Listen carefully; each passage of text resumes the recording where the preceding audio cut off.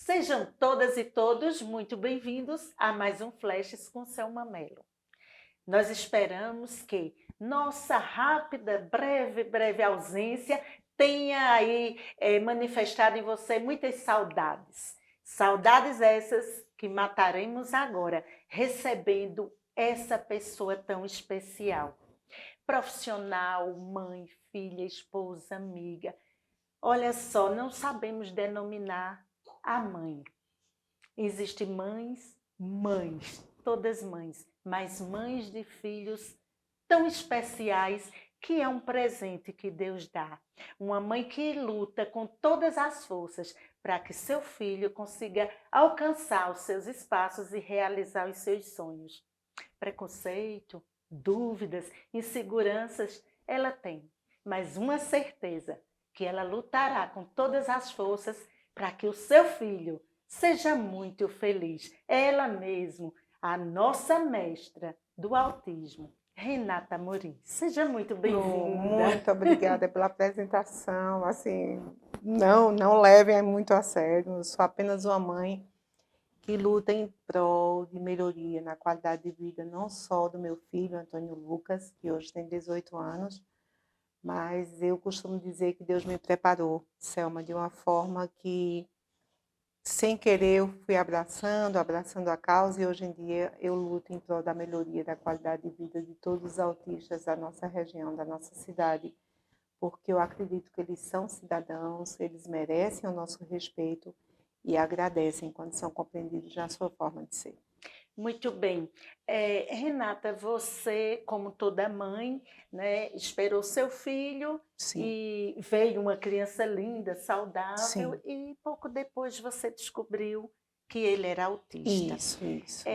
Gostaria muito que você explicasse para a gente como é que você percebeu Uhum. o autismo no seu filho. Selma, há 18 anos atrás, 17 anos, né, que quando foi, meu filho tem 18 anos, mas no primeiro ano de vida, há 17 anos atrás, ele começou a apresentar alguns sintomas. Sintomas esses que começaram a me chamar muito a atenção, do tipo, aquela criança que já tinha começado a balbuciar algumas palavrinhas, de uma hora para outra se fechou totalmente. Aquela criança que nos encarava nos olhos, que quando nós chegávamos dos nossos trabalhos, eu, o pai, os avós, esboçava um sorriso e dava os bracinhos para ser retirado do berço, de uma hora para outra já não existia mais. Então eu fui percebendo que era como se meu filho tivesse perdido a capacidade de percepção que nós, familiares, estávamos em torno dele. Além disso, algo me chamou muito a atenção, foi a questão do isolamento. Então, o tempo foi passando, Antônio Lucas começou a dar os primeiros passinhos sempre na pontinha dos pés, o que me chamava a atenção, eu achava bonitinho. Com isso, não quero dizer a nenhum pai, a nenhuma mãe, que é uma característica que a gente chama na saúde, né, patognomônica, é uma característica que determina que a criança é autista. Não, não é. Mas algumas crianças autistas, pelo fato de terem a sensação de flutuação, por terem uma falta de gravidade, elas tendem a andar na pontinha dos pés. Mas você, pai ou mãe, que está com seu filho dentro de casa, interagindo bem, respondendo bem, quando você chama, ele responde, quando você chama, ele olha, ele encara você, ele interage com os outros irmãos, com os primos. Só pelo fato de ele andar na pontinha dos pés não é motivo de preocupação. Mas foi uma das características que ele apresentou que me chamou a atenção. E sempre muito isolado. Então, estávamos no quarto, simplesmente eu, ele e o pai. Eu, enquanto mãe, não podia nem, ao mesmo tempo, me sabotar e dizer, não, ele saiu porque chegou uma visita, ele é muito tímido. Não tinha justificativa. Estávamos eu, ele e o pai. Ele saía daquele desenho que a gente estava apresentando para ele e eu encontrava meu filho no meio de uma sala com movimentos de vai e vem de tronco, que nós chamamos de estereotipias, movimentos de repetição, ou com balanceios de mãos no ar, que posteriormente nós fomos entendendo que, como eu já falei, são as estereotipias muito comuns nas pessoas com autismo e são esses movimentos que fazem com que eles se regulem e a mente deles fique mais tranquila. Então, essas três características, a falta da fala, que ele já estava tentando balbuciar, que houve o processo de regressão, a questão dos movimentos de repetição e a falta da interação social, a questão do isolamento, foi o que me chamou muita atenção desde o primeiro ano de vida, e eu comecei a me questionar se meu filho era autista. Só que não foi fácil, foram 2 anos de uma busca insana por esse diagnóstico. Eu ouvi dos médicos que meu filho tinha problema auditivo, e mesmo sabendo que ele não tinha esse problema auditivo, fizemos o BERA, né, o exame específico para ver se tem realmente algum problema mais específico de audição. E como é que você podia saber, Nara, que seu filho não tinha problema se você o chamava e ele não olhava para você? Se você dizia, bom dia, Lucas, amanheceu, e ele se comportava como se ele não estivesse lhe ouvindo. Realmente, eu colocava Antônio Lucas muitas vezes de costas para mim, ou no sofá, ou mesmo no chão da sala, no tapete, e eu dizia, meu filho, olhe para a mamãe. Ele de costas estava, de costas ele permanecia. Ali, naquele momento, ele se portava como se realmente ele não estivesse me escutando. Mas, se eu pegasse algum objeto, eu acho que é aquele tino, aquele fado de mãe, né, que Deus vai nos capacitando. Então, eu comecei a colocar tampinhas de garrafa dentro de saco plástico, chocalhos, e todas as vezes que eu fazia algum barulho que despertava o interesse em Antônio Lucas, ele imediatamente buscava esse barulho para saber de onde estava vindo. Então, ali naquele momento, é como se ele me dissesse, no momento que você me chama, eu não tenho interesse em interagir. Mas no momento que você faz algum barulho que desperta a minha curiosidade, eu tenho a possibilidade de captar esse barulho. Então, como nós já esperávamos, o beta deu normal e aí os médicos disseram, então vá você fazer terapia. Seu filho não tem nada. Eu passei durante 2 anos por 25 especialistas, todos na área de saúde mental, neurologistas e psiquiatras, inclusive infantis, e todos eles disseram que meu filho não era autista. Mas todas as vezes que eu voltava com um diagnóstico de negação, me chocava, me doía muito e eu não me conformava.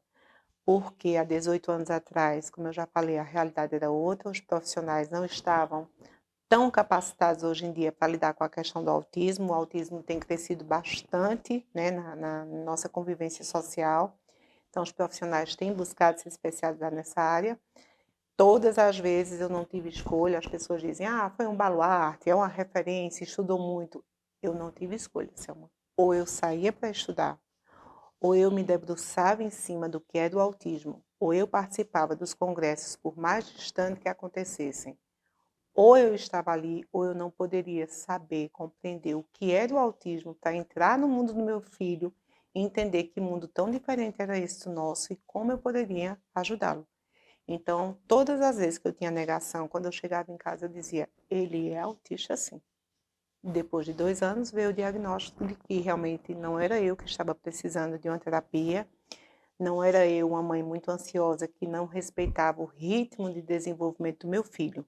Realmente eu estava certa, meu filho era uma criança dentro do espectro do autismo. É muito interessante, né? Mãe sente. E a gente quer aqui ressaltar que o autismo não é uma doença, né? Como a gente coloca o autismo como uma necessidade especial? O autismo nós colocamos como uma deficiência, então as pessoas com autismo têm todos os direitos igualitários a qualquer outro tipo de deficiência, mas o autismo nada mais é do que um transtorno de desenvolvimento que se manifesta não com características físicas, ele se manifesta na forma como aquele indivíduo vai se relacionar com o mundo, na forma como aquele indivíduo vai compreender o mundo e as coisas que estão acontecendo ao redor dele. Muito bem. No caso do João, ele tem assim alguma coisa especial? Ele estuda, O né? Antônio Lucas, no caso, Antônio Antônio Lucas, Lucas. né? Ele, desculpe, Não, ele sem problema. estuda, ele se desenvolveu, ele lê, Veja ele tem bem, uma Selma, vida escolar. veja bem. A questão do autismo é uma questão muito complexa, porque, de forma didática, né, os estudiosos dividiram a classificação do autismo em níveis. Nós Sim. temos o nível leve, nós temos o nível moderado e nós temos o nível mais severo.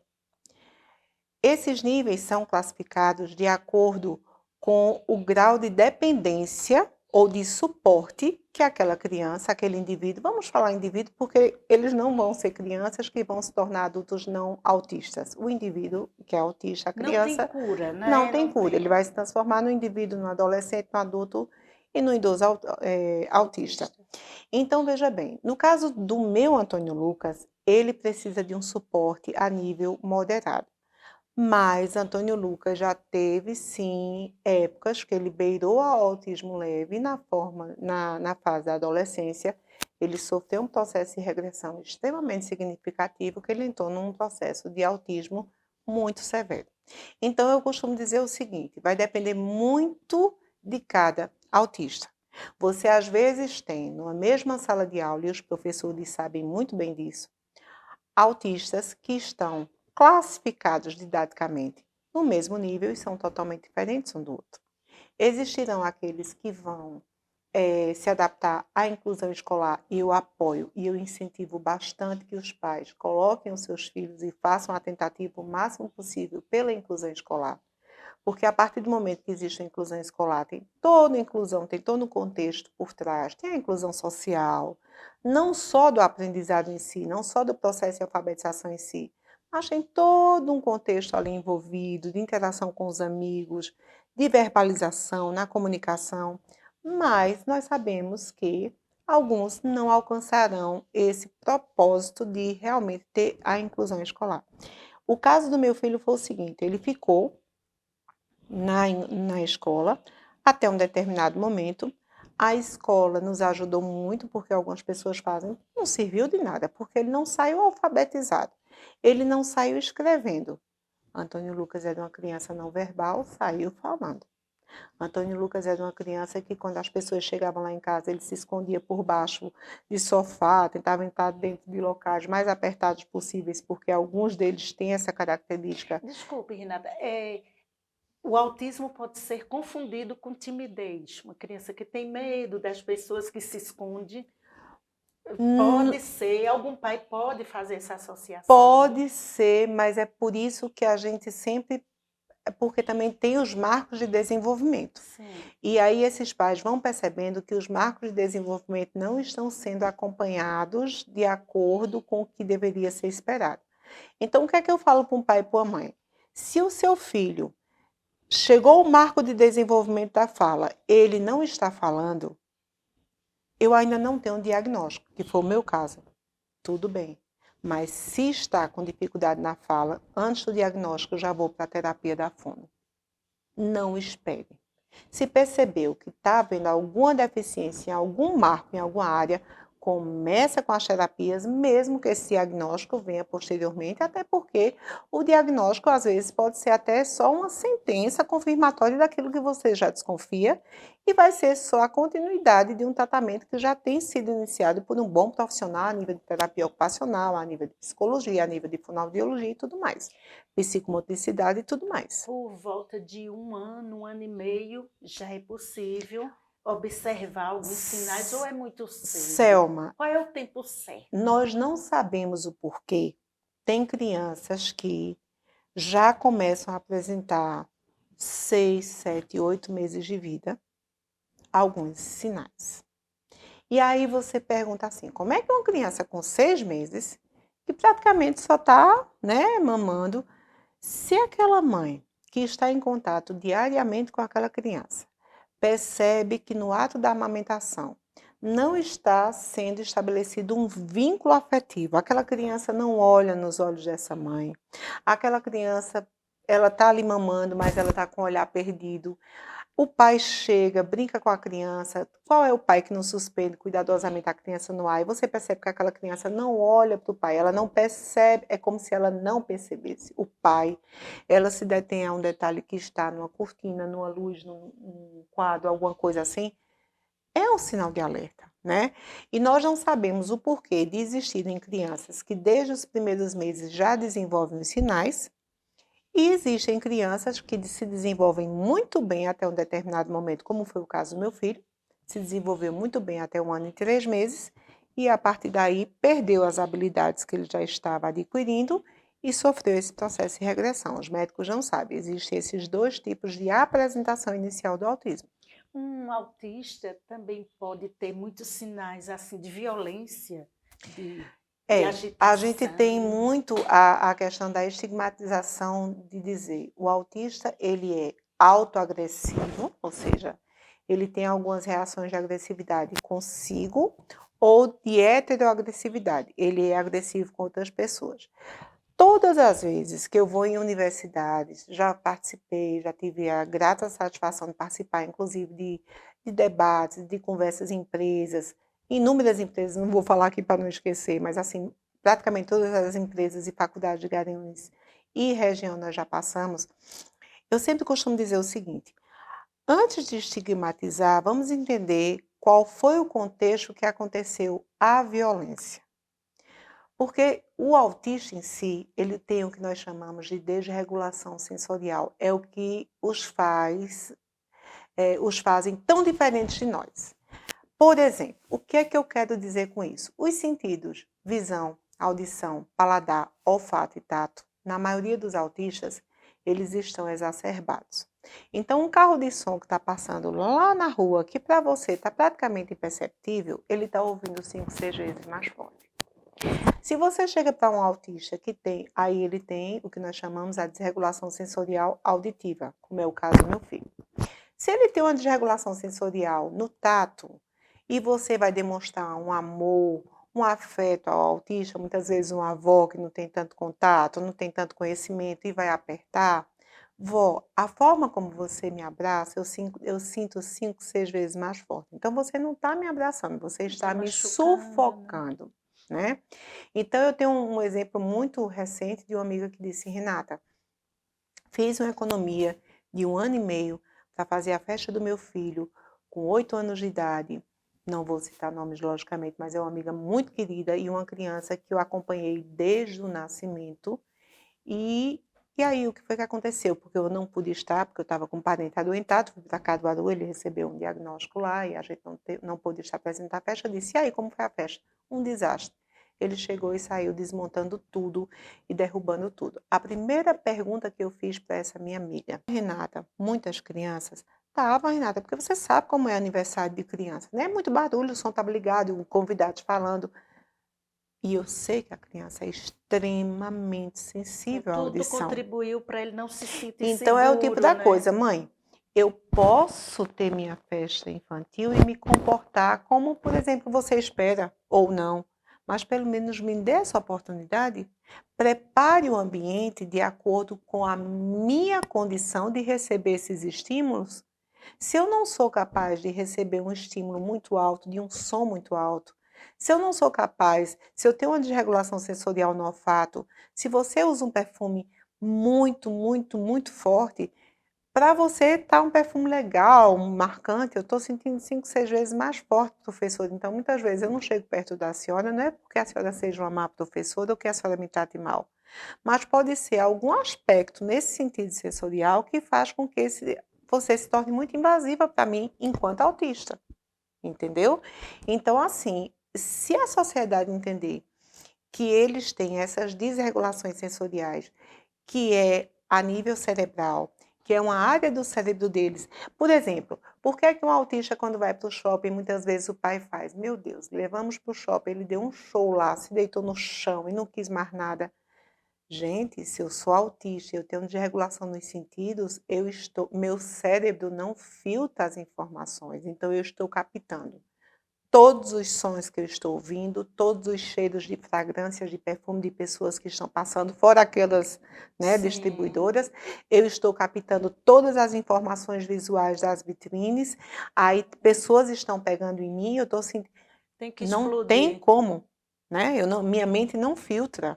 Então, estudos comprovam que quando eles voltam para casa, a mente deles, quando a gente vai para um shopping, a gente lembra de uma roupa que a gente gostou, de algum conhecido que a gente encontrou, eles não têm esse poder de filtrar. Então, é como se a mente deles ficassem com flechas, eles ficam extremamente agitados, desregulados, que é a palavra mais certa. As pessoas: o autista surtou. Não, ele simplesmente está desregulado porque está tendo muita informação sensorial para uma mente que não suporta aquela sobrecarga. É isso que acontece. Muito bem. E, nesse momento, nós vamos convidar você para conhecer um pouco dos nossos patrocinadores.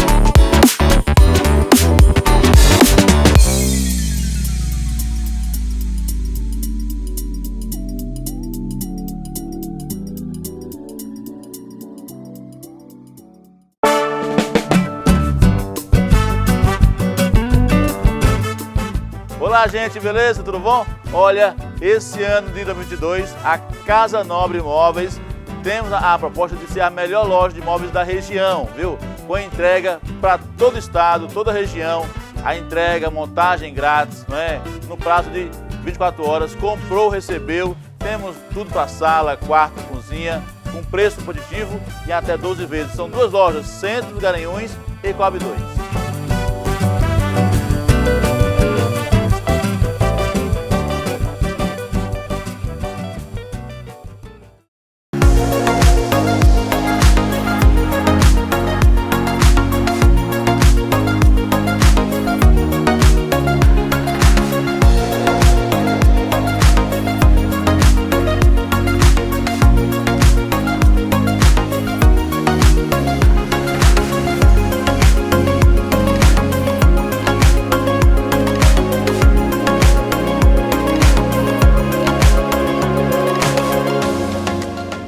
Estamos de volta aqui com a doutora Renata Amorim, ela que é uma estudiosa, ela que é a mentora, né? E a precursora da luta em favor do autismo em Garanhuns e região. Você nos dizia anteriormente que a criança deve ter esse convívio social. Sim. Mas na escola, sim. A criança vai ali conviver com crianças, com barulho, sinos de escola, Exatamente. Né? Como é Horas isso? de recreio que são extremamente barulhentas. Né? Eu costumo dizer sempre aos pais, façam a tentativa do processo de inclusão escolar dos seus filhos, mas também se desfaçam do preconceito e tenham a sensibilidade para perceber se está sendo suportável, se está sendo um processo bacana essa tentativa dessa inclusão escolar. Porque as necessidades dos autistas são necessidades muito específicas. Nós sabemos que, por exemplo, para que uma inclusão escolar aconteça de forma efetiva, várias adaptações precisam ser feitas. Como, por exemplo, uma sala de aula com no máximo 7, 8 alunos. Onde é que no nosso país e na maioria dos países nós vamos encontrar uma sala de aula com apenas 7 alunos? Nós sabemos que muitas informações visuais nas paredes vai fazer com que desperte a atenção dele, eles não captam o que está sendo ensinado aqui, porque eles vão estar focados sobre outras coisas que eles estão vendo, e aquilo ali embaraça muito a mente deles. E a gente tem que entender que existem outras crianças na sala que precisam daquelas informações, porque o processo de aprendizagem, o processo de raciocínio se dá de uma forma diferente da mente autista. Então, eu defendo muito a questão das clínicas escolas. Não é um processo de exclusão. A clínica escola, que foi, né, a nossa baluarte no Brasil, a Berenice Piana, que já esteve aqui conosco, já trouxemos 3 congressos de autismo aqui para Garanhuns. Estamos vendo realmente a real possibilidade de ainda trazer esse ano, porque a nossa vida está um pouco corrida, porque vamos inaugurar uma associação, que depois eu queria até dar uma palavrinha a respeito disso. Com certeza. Então, nós não sabemos se ainda vai ter o 4º congresso esse ano ou não, porque estamos correndo com a associação, mas ela foi uma baluarte e na cidade de Itaboraí, ela conseguiu formar um grupo de mães e criou uma clínica escola com o apoio do poder público municipal. E essa escola, o que é que ela faz? Ela não exclui o autista, ela apenas o prepara para esse processo de inclusão escolar posterior. Então, os autistas que estão precisando desse suporte, que tenham cognitivo preservado, porque nós temos que entender que tem autistas com outras comorbidades. O meu filho, em nenhum momento eu vou dizer que o meu filho é só autista. O meu filho é autista com deficiência intelectual. O meu filho é autista com retardo de aprendizado. A cognição do meu filho não foi preservada na mente dele. Ele tem dificuldade de aprendizagem. Hoje, ele com 18 anos está começando a ser alfabetizado.